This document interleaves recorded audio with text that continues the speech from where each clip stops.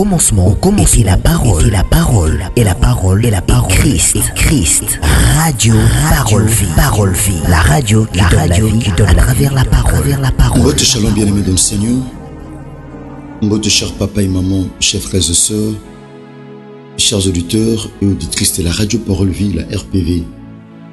Merci na bande kopé au bozuli bako Rolanda biso na télévision. Bozuli bako Rolanda biso na De La Foi TV, na DLF TV 2, na RK Pro TV, na David Poutou TV, na Chiffre 9 TV. Tika koloye soumasia na zakata salabino ngolu pebolam.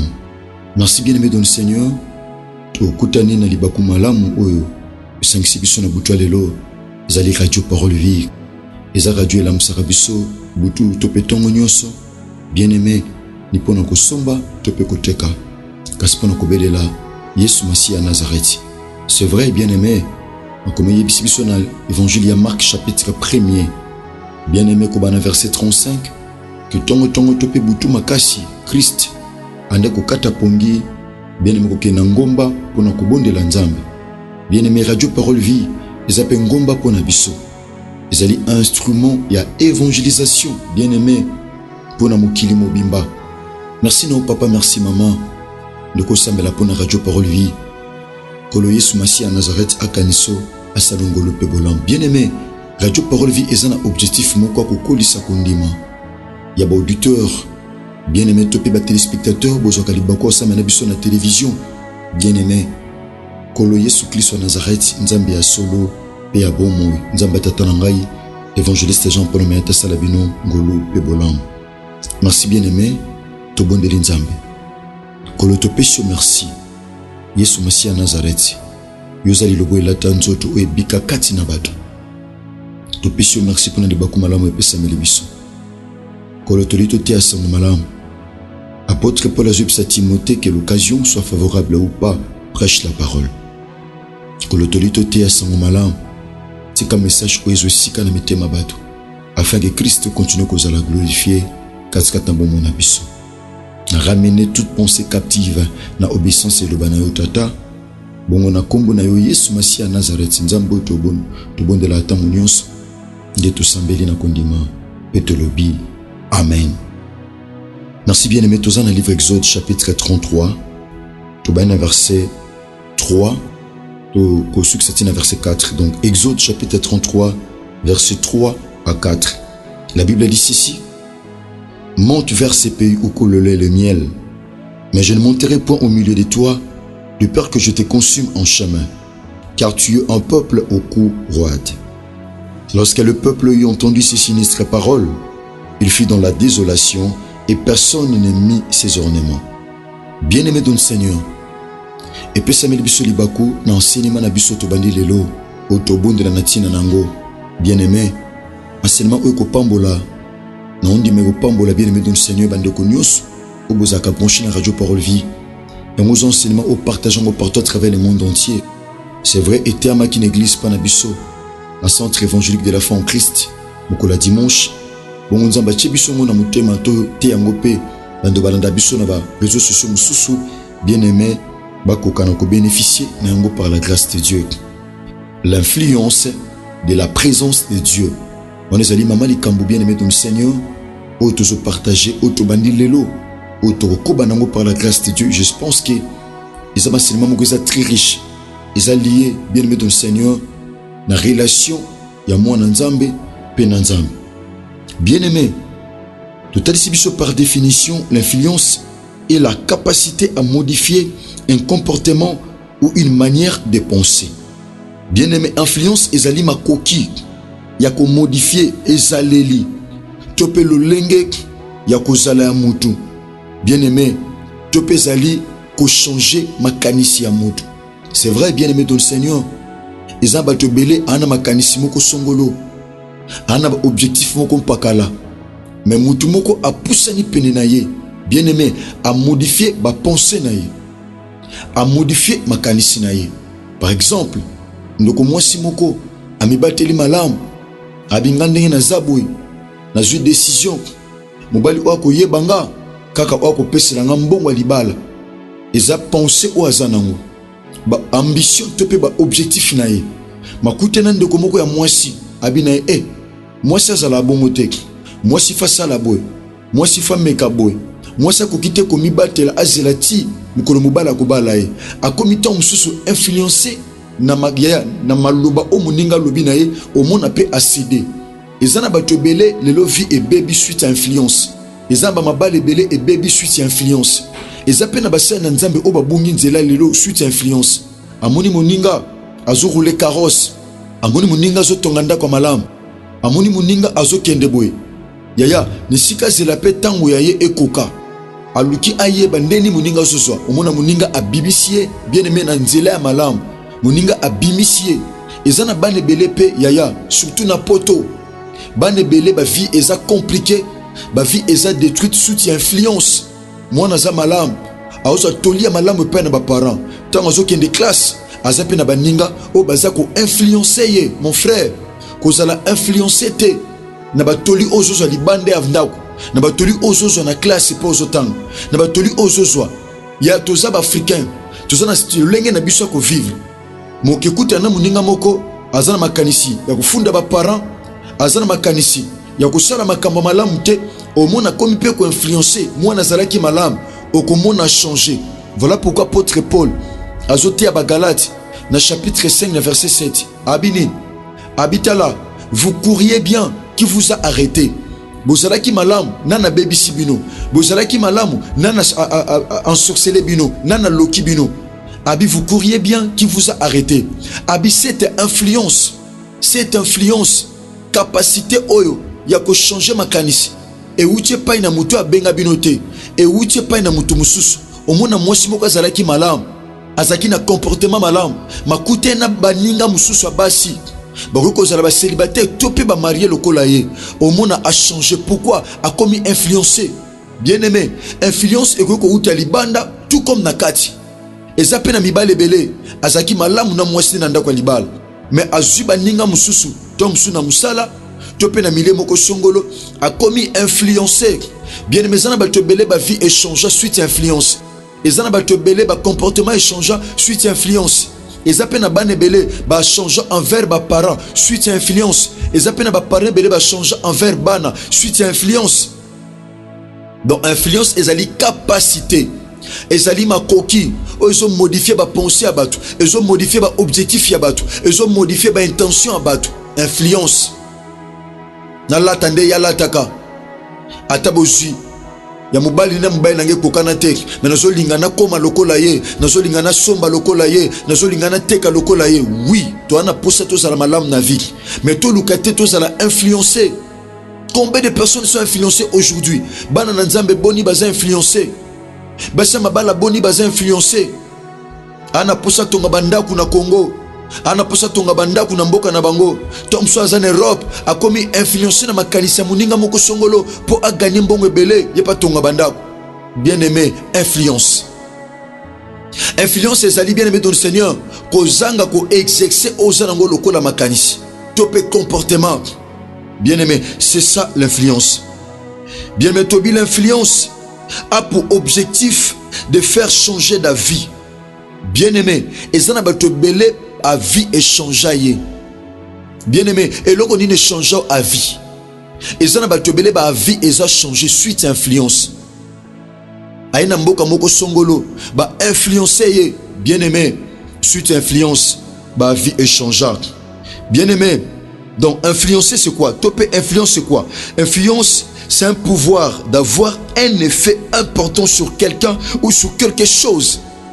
Ya kozana pouvoir, ya ezali pouvoir, ya kozala na effet moko important. Likola eloko moko, topé likola mutu moko. C'est ça l'influence. Ya une influence c'est eloko mwana nzambe. Bien aimé. Et c'est aïeba comment gérer. Mouto azako influencer ba benga ye bien aimé dans le Seigneur. Yaya. Mouto azako influencer aza influent.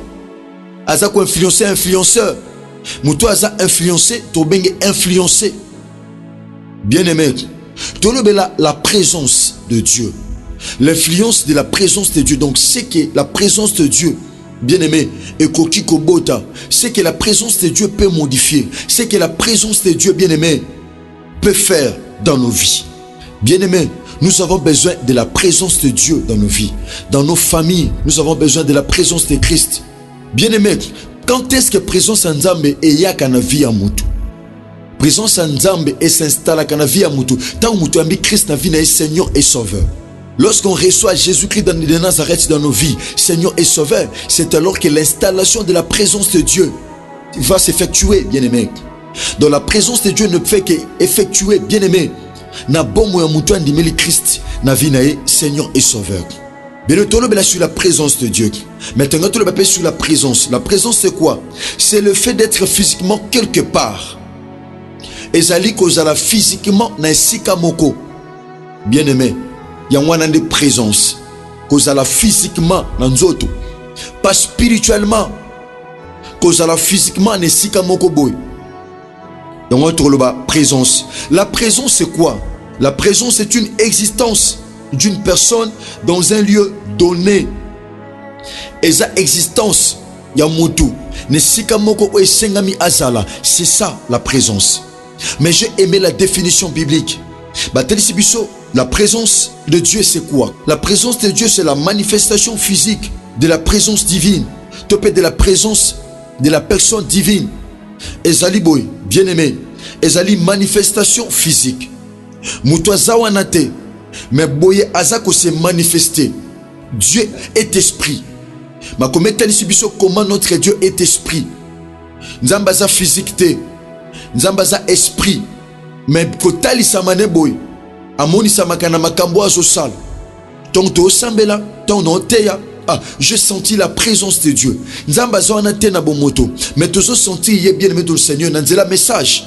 Nanzela prière.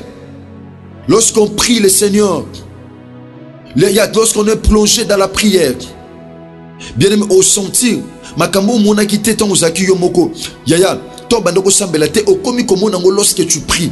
Olbake, ah, j'ai senti la présence de Dieu. Nzambazana te na bomoto physiquement, mais tu sens sa présence.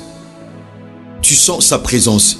Bien aimé, lorsqu'on parle de la présence de Dieu, tu peux définir comme la Shekinah. Shekinah, c'est aussi la gloire de Dieu. Tout le monde a bien aimé dans le Seigneur dans 2 Chroniques chapitre 7, dans verset 1er. Batel sibiso tangu Salomon assis sur kotonga temple, abandi ko sambela. La Bible dit la gloire de l'Éternel et kitaki na katia temple. Donc Kembo Nzambe, la présence de Dieu était forte dans les temples. Pourquoi? Parce que le roi avait prié. Dieu s'est manifesté. Nzamba sinale ki présence na ye. Ezaki na mote utaki likole kitaki. Ezaki na ba signe oye bande ko témoigner que ça c'est la présence de Dieu. Dieu est ici. Nzamba za awa. Ezaki na bilembo. Ezaki na bilembo oye talisaki. To mona ngo même na lisolo ya Jacob. Tangu Jacob na sima ko zwali pamboli ya Isaac. Oye ezaki destiné na Esaou ya na ye.